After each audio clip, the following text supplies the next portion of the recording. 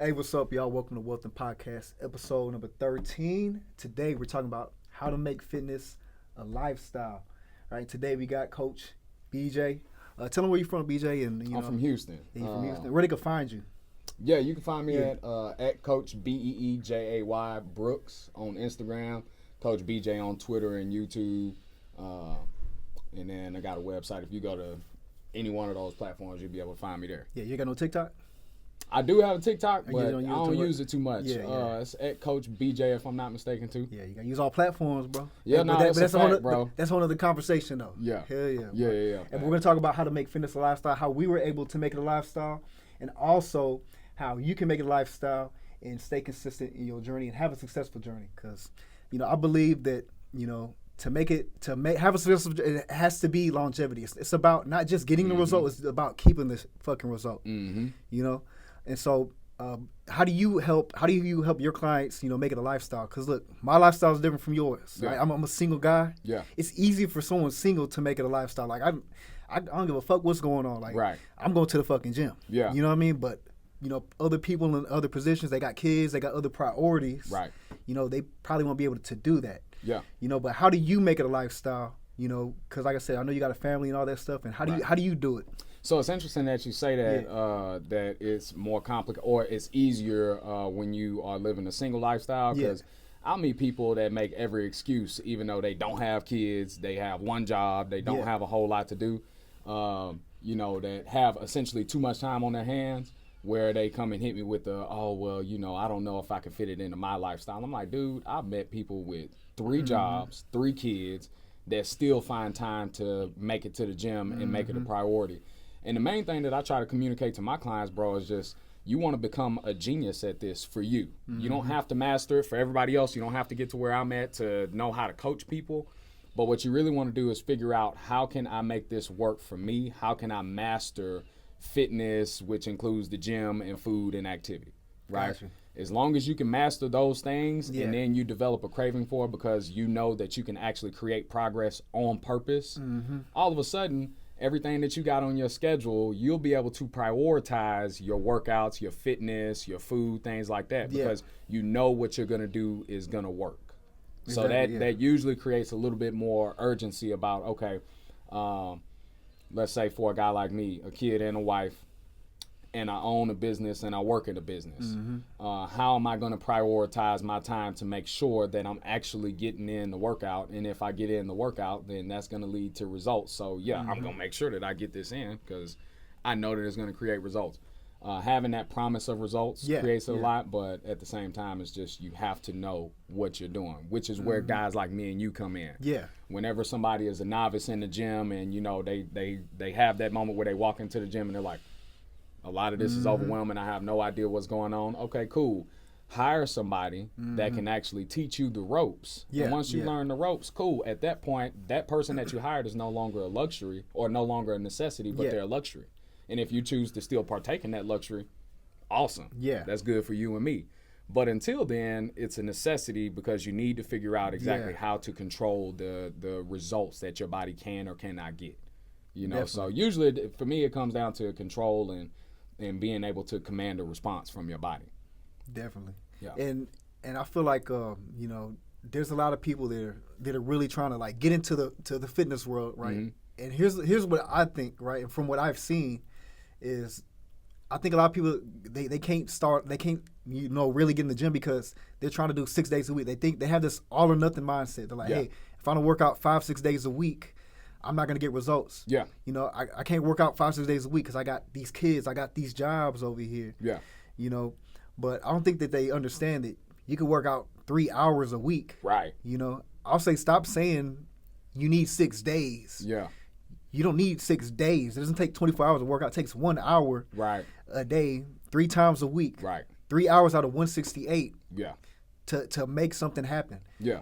And I think that holds a lot of people back because they overestimate how much work they got to do. Agreed. And they talk themselves out of it.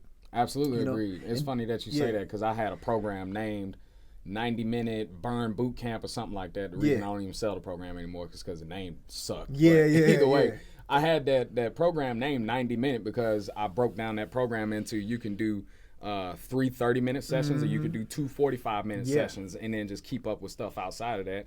But really, that's the minimal sacrifice that you're going to need.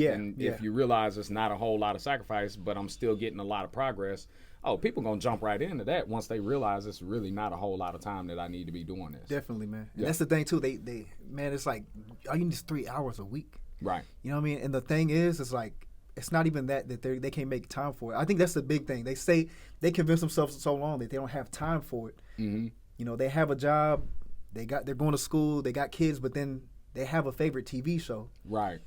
Like, if you got a favorite TV show, like, what's this TV show doing for you? Right. You're sitting on the couch. You're not. You know what I mean? Like, it's just wasting time. It's not a priority to you. Right. I feel like people just have their priorities messed up. Mm-hmm. You know, do you ever come? You know, like, do you have clients that, you know, that you had to change their priorities, or you had to change their perspective, their mindset, to help them, you know, make it a lifestyle? Or for sure. Yeah. So the TV point that you bring up, right? Whenever I get a client in, and I kind of like to assess my clients and figure out, okay, what type of person is this? Is this a person that I'm really not going to have to coach hard because they already got it set in their mind that they're going to do whatever it takes? Or is it vice versa? Is it a person that really won't want to put it in a whole lot? So I ask them questions to kind of set them up. So if they do see this, they're going to be, okay, I figured out what you was doing. Mm-hmm. But I'll ask them, what's your favorite TV show? A lot of people on this, like Game of Thrones, House of Dragon, that type of stuff, and I love those shows too. Yeah.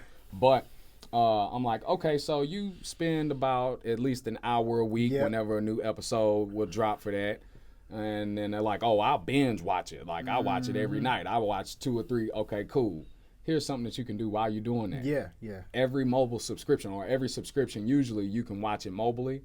Use that. Get your phone. Do cardio while you're watching that. Yeah. You know, and then you're easily knocking out 2 birds in 1 stone. Now, all of a sudden, you're getting more steps in per day. Yeah. And you don't even realize how hard your body is working when it's really not that hard. But you don't even realize how hard your body is working while you watching Game of Thrones. You know what? I need to think about that, man. You know what? I need to write that shit. I'm going to type that shit down. Bro, I'm telling you. Hey, if y'all watching, look, you are doing cardio. You got a favorite TV show. Boom. Watch that show while you on the treadmill. There it is. Damn, man. Bro, I tell people that, and then they start to realize it's like, okay, fitness is actually something that can go on in the background. It's not something that, because when, just like you were saying, 6 days a week, people get this idea that, like, I have to be an all-star athlete or something like that to participate in fitness and make some progress in fitness, when it's really just as simple as you and me were talking about. You can get it done in 90 minutes a week. You can get it done in 3 hours a week. You can get it done in 7 hours a week. However much time you want to put into it, as long as you're doing things accurately, it really does not take as much sacrifice as most people are thinking. Definitely. A lot of people think they got to live like LeBron to get some results for their body when they haven't even lifted in the last 3, 4, 5 years. It's like, dude, no. Exactly, and that's that too. And you said sacrifice, right? That's a key word over here, and that's one thing. You know, one thing in about fitness is sometimes there's some things you might have to sacrifice temporarily, but even then, there's like things you talk about right now, like, you know, with the watching your TV show while, you know, getting your steps in. People think you have to give up, you know, that shit like that. Give up things you love in order to make progress, right? To make it a lifestyle. I teach, you know. My clients are like lifestyle clients. They're not fucking going for a competition. Now, if you're going for a fucking competition, you know, maybe it'll be more stricter, but you can there's still ways to enjoy what you love to do, right? Watching TV shows, fucking play video games, and still, you know, have time for your fitness to improve your health. Right. You know? So, but what things you think, you know, can be sacrificed, like, indefinitely, you know, to make a better fitness journey, to really make it a lifestyle? Well, so that's funny that you asked that, because I always get to asking. So obviously a lot of what has to do with fitness and making progress is food. And so I ask people a lot of times. I just had this conversation with a client not too long ago. I'm like, can you cook? And like, oh yeah. And then they start telling me about all these recipes that they do and so on and so forth. I'm like, good. I'm glad that you have a knowledge about how to make things taste good. Yeah. We're going to sacrifice that to some degree. Yeah. Right? Yeah. Now, when I started doing this 10 years ago, I remember there were like certain protein bars and even protein supplements, XYZ. That was like, oh, this tastes terrible, but I'm already obsessed with it, so I got to do it. Yeah. Fast forward to now, we got stuff like protein Pop-Tarts. Yeah. That taste just like a Pop-Tart, but they got 20 grams of protein in it. Yeah. So I tell people, sometimes in some cases you may have to sacrifice very, very good tasting food for something that may not taste as well, but it's going to help you make the progress. It's actually going to help you make gains. And for me, I try to get people in the mindset. It's like, okay, whatever I do have to give up, as small as it may be, because small sacrifice for a lot of progress, I'm going to give it up. Yeah. I'm going to make sure that I do that, especially if I've already seen my body respond to whatever Coach BJ is telling me, whatever Coach Charles is telling me. If I've seen that my body can respond to that, okay, I'm much more likely to continue going down the path of what else do I have to push off to get straight to the goal. Exactly. And it really becomes that simple. It's like, as soon as you figure out, I got to go from chicken thighs to chicken breast, but there's plenty of good way, especially with an air fryer. Yeah. Bro, I just got an air fryer last year. Yeah. Okay, one thing you're going to learn about me is we work together. Yeah. I'm cheap. Okay, I'm extremely frugal. And I just figured out that they got like $20 or $30 air fryers at Walmart. But anyway, I ended up getting one for a wedding present. Yeah. Okay, yeah. That thing has changed my life, and I tell everybody about it now. Because I can throw a chicken breast in there, and it still comes out tasty, juicy, and it's done in like 15 minutes. Nice. You know, so stuff like that, it's like, you'll have to sacrifice some stuff, but then at the same time, everything is getting so easy. It's like, you may notice it for a week, and then after that, this sacrifice will feel like nothing to you. Exactly. And I don't say we have to sacrifice. I mean, there are some things that we can sacrifice, but you know, there's a way to replace a lot of things. There you go. Most of the things that you enjoy. There you go. You know, and that's exactly what I teach. You know, what I teach my clients as far as nutrition goes, because nutrition, let's be real, what you put into your body, that's most of your results right there. Right. Like you've been training in person for what? How long? About 8 years now. Yeah. So going on 8 years, and then just started training online about 2 years exactly. ago. And so, like, even me, I had the same problem with some of my clients when I was coaching. I mean, when I was training in person. You know, it's like we work out. We have I know it's a good ass workout. You know what I'm saying? You working out with your boy. You know what I'm saying? Right. Facts. You working out with us, right? You working out with us in person. It's intense. It's fucking. It's crazy. And then, you know, they're working out 3 times a week, and then they're like, they make no progress. They ain't lose no weight. They ain't gain no muscle. Yeah. Like, what the hell's going on? Then they start to think about 80% of this stuff is in the food. Yeah. And that's why I be telling people, I'm just like, it's not really, yes, you do have to work out. You know, working out is important. Right. Especially if your goal is to gain muscle. Yeah, you got to make sure you progressive overload is challenging, all that stuff. Right. But if you're not doing what you got to do, you know, you're not making the sacrifices, doing the things you need to do as far as like, you know, nutrition wise. Right. Like, you're not gonna see no progress. You're gonna look the same. You know, you can't out-train a bad diet. You know what I mean? Facts. But I didn't know that. That's the funny thing is I didn't really understand that, you know, until like I really 6 months into my coaching. I was like, damn, I thought I could just work out and just work harder. You know, eat some McDonald's and you do all this shit. You know, it's crazy because some people can do that. Yeah, man. I've seen some people that just got that natural response to working out, but this is just a small percentage. Yeah. Small percentage. Like out of 300 people, 1 to 2 people is what I've experienced is like, oh, this dude just started sweating and all of a sudden he burning fat, muscle getting, okay, all right, cool. Congrats to you because you blessed. Exactly, but most people, majority, 99.9% of people are not made like that. Exactly. So that too is like, and then we look at those people that do that thing, and I think that too, like, you know, it makes it difficult for people to make it a lifestyle because they see other people, fitness influencers, right, living a certain lifestyle, right? Right. They're fucking, but you don't know what they did. You don't know what their genetics are like. You don't know what other, you know, extra supplements they've been taking. Right. You know, they help them get that little boost. Bruh, man, that right there is crazy because we see that so much on social media, and all power to you, dude. Make your money, boo boo. You know what I'm saying? But at the same time, I don't know if you heard about the dude Liver King. Yeah, we know. Yeah. So you heard about that whole situation? Hell yeah. There's a lot of liver princes out here, man.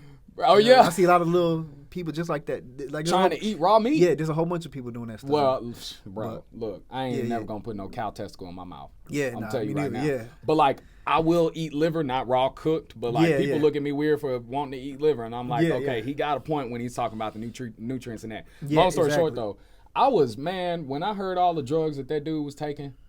I was like, man, what is freaking going on? And to be honest with you, I thought it was a possible chance that he could have been natty because I was like, man, dude's legs really ain't all that. But then you look at the gut and you like, okay, you definitely on that. They all get exposed. But it's a lot of people like that. It is. Yeah. And that's who I tell them, like, this person can do that because you don't know their genetics, you don't know what they're taking. Right. And, you know, it doesn't work for everybody like that. You know, just because you see your friend, hey, my friend, man, Ashley over there drinking, she got a 6-pack. and she over there and she can squat 200 pounds. Right. And know what? So I'm gonna do the same thing she does. No, you might have to make different sacrifices. You know what I mean? You got you're a different person, different goals. You got a different phase in your journey, so you got to make different sacrifices in them. Right. Maybe she can drink, but you can't, right? Because you don't have the same genetics, right? So you might got to sacrifice that stuff too. Yeah. And that's basically what I wanted to get at. Like, you know, everyone has different things that we had to sacrifice to get to where we are. Yeah. You know, whether we like it or not. You know, like I sacrificed video games. I sacrificed alcohol. Yeah. I ain't drinking damn near 5 months is gonna be 3 years. Oh, that's awesome, You know, bro. Yeah. I appreciate it. That's good. I forgot how long it's been, but Yeah. I've been, you know, I always been trying to figure out what's the next thing I can sacrifice in order to get to another level. You know what I mean? Yeah. So absolutely. I feel like that too. No one wants to give up, you know, the comfort. They don't want to sacrifice comfort in order for growth. Well, yeah, You know? because it's an addicting thing. Yeah. Like, it's super addicting, and I've seen people so obsessed with that they literally cannot help themselves, you know, and then they get into the point where they would rather choose the comfort over a small amount of, like, 3 hours a week of discomfort, even knowing that it's going to benefit them so well. Exactly. So I've seen it a bunch of times, and it's sad. Exactly, man. And I feel like a lot of times, bro, it's just really who you surround yourself with. You want to be honest. The people, your family, like the people you hang around the most. Though that's what you need to change if you really want to grow. Mm-hmm. You know, because when I really thought about it, I was only eating bad. I was eating bad. I was drinking because the people that were around me all the time. You know, and people don't want to sacrifice their environment and the people they grew up with. You know, but at the end of the day, like, you know, if the people around you ain't growing, like there's a reason for What that. you doing? Yeah, you're not gonna be growing either. Right. Yeah. You know, I don't think they understand that stuff. Like there's other sacrifices that they have to make besides nutrition, besides, you know, making more time for exercise. Yeah. You know, and I think a lot of people don't understand that it might be hard, but like I said, it'll be worth it. Right. And to your point there, I'll just give you a little bit of story about how I even got into it. Yeah. My buddy, he was my best man in my wedding. When I moved back home from school, so I went to school in Illinois, came back home from school. Yeah. Basically came back and worked at the gym that I was working at when I was getting out of high school. Came back there and resumed that job. Well, he was there as a trainer, okay? And I told him, I was like, man, I'm trying to get some abs. Like, I'm tired of having, because when I played football, I had a dad bod pretty much throughout the whole thing, and I wasn't really even worried about it, you know? Until I figured out, I was like, I don't really like the dad bod no more, you know? So this guy ends up picking me up almost every day from my crib at the same time every evening. It was after work, or we would go straight from work, but basically had me come along with him to the gym. Yeah. Right. So to your point of surround yourself with the people that are doing the stuff that you want to do. Yeah. It took me probably about 3, maybe 6 months to really create my first transformation, because everything that he was doing, I was like, okay, I see what you're doing. I'm gonna do that. I'm gonna do this. I'm gonna do that. It got to a point where we went grocery shopping with each other one time. Yeah. And he's looking at stuff, and he's looking at the nutrition label, everything you pick up. And at the time, I'm like, bro, what are you doing? Like, you really take that time to do that? And then he looked at me. He was like, that's why I look the way I look, and that's why you look the way you look. And I was like, damn, okay. That's a bit. But I'll never forget that, because that turned my mind on to, okay, I really need to figure out what the whole macros thing is about. Exactly. Once I figured it out, that was game over from there, bro. I got obsessed with it, and that's eventually what led to me making a profession out of it. Hell yeah. I love that, man. And that's that too, man. If you want to make it a lifestyle, you got to start reading nutrition labels. Really understand what you're putting into your body and what it does to you. Right? Not just the what kind of food, but like the amounts of it too. Right? Any advice on it? So as far as reading the nutrition labels, this is something that I coach each one of my clients to do. But I try at the same time, I try to make it as simple as possible, because my rule is the more complex it is, the less likely you are to do it for a long time. So the thing is macronutrients, the carbs, fats, and proteins. So I tell them, I'm like, whenever you look at a food label, there are 3 things that are in bold, usually always, as carbs, fats, and proteins, okay?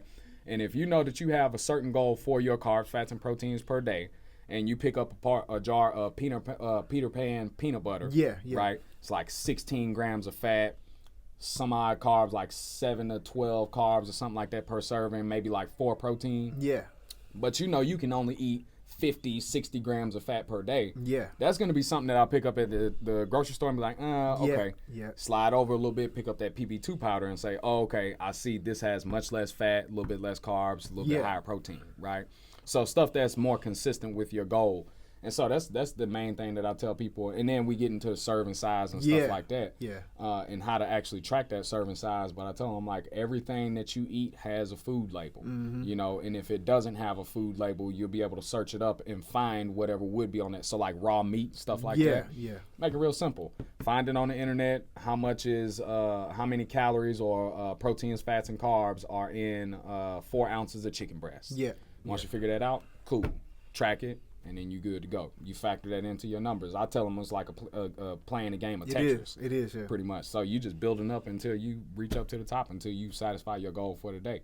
Exactly. Yeah, but the nutrition label is there really for accuracy. Yeah. You see what I mean? So like, instead of guessing and looking at a piece of chicken and saying, oh, okay, I think it's that many grams of protein. Yeah. No, you have the ability to know exactly how much protein you're getting from the information that comes on those nutrition facts. Nutrition label or nutrition facts. And what's funny, man, I hear people say, if you're going to be reading the labels and, you know, tracking macros and all that stuff, you're going to get an eating disorder. I'm like, no, I feel like it's an eating disorder if you don't do that shit. Yeah. You know? You get a disorder from not knowing. You know what I mean? Yeah. And then believing, because a lot of people, whenever I start coaching them and I'm figuring out about how their diet is, they tell me that they're eating X amount of calories. They're like, I'm around like 2,000 calories. And I'm like, okay. Let me ask you what you're eating throughout the day. And next thing I know, they eat, you know, yogurt and a banana for breakfast and then a chicken salad for dinner, and that's it. And I'm like, you think that's 2,000 calories? That's why you have the eating disorder, because you don't know how many calories you're actually missing. Exactly. And people don't realize, it's like, if I don't feed my body enough, then you're going to get the adverse effect from that. You're going to get the starvation effect from that. Your body ain't going to lose fat. Your body's going to keep on to that fat because it's trying to survive because you're always starving it. Yeah. But if you feed it adequate protein, and in some cases, depending on who you are, most cases really, depending on who you are, adequate carbs, and then, you know, low amount of fat, guess what? You're going to lose weight. You're actually going to get your body into that condition where it is, it's an optimal condition to lose weight. Exactly. Lose body fat in particular, rather than, okay, let me eat like a rabbit trying to make gorilla gains. Yeah. You can't do that. That don't happen. Yeah. You know, so, and it doesn't happen with, I talk about animals a lot too. It don't happen with any animal in the animal kingdom where, like, you see this huge animal and then they just eat this small amount of food. Yeah. It don't happen. Like, cut it out. Nah, they tripping, man. Yeah. So, I give them that advice on that end. Exactly. That's another thing. Our last thing is always got to understand what you're putting to your body and the amounts, right? The amounts that you need to reach your goal. Yeah. But that could be a whole other podcast right there. Yeah, facts. Hell yeah. But we're going to keep it simple today. But hey, anyway, we appreciate y'all watching today. Hey, this is episode 13. That's all the time we got for this episode. We're going to see y'all later on the next one. Hope y'all have a good one. Hey, where can they find you, BJ? At Coach BJ Brooks on Instagram, and at Coach BJ on Twitter and YouTube, X, formerly known as Twitter. Gotcha. All right, y'all. We're going to see y'all next time.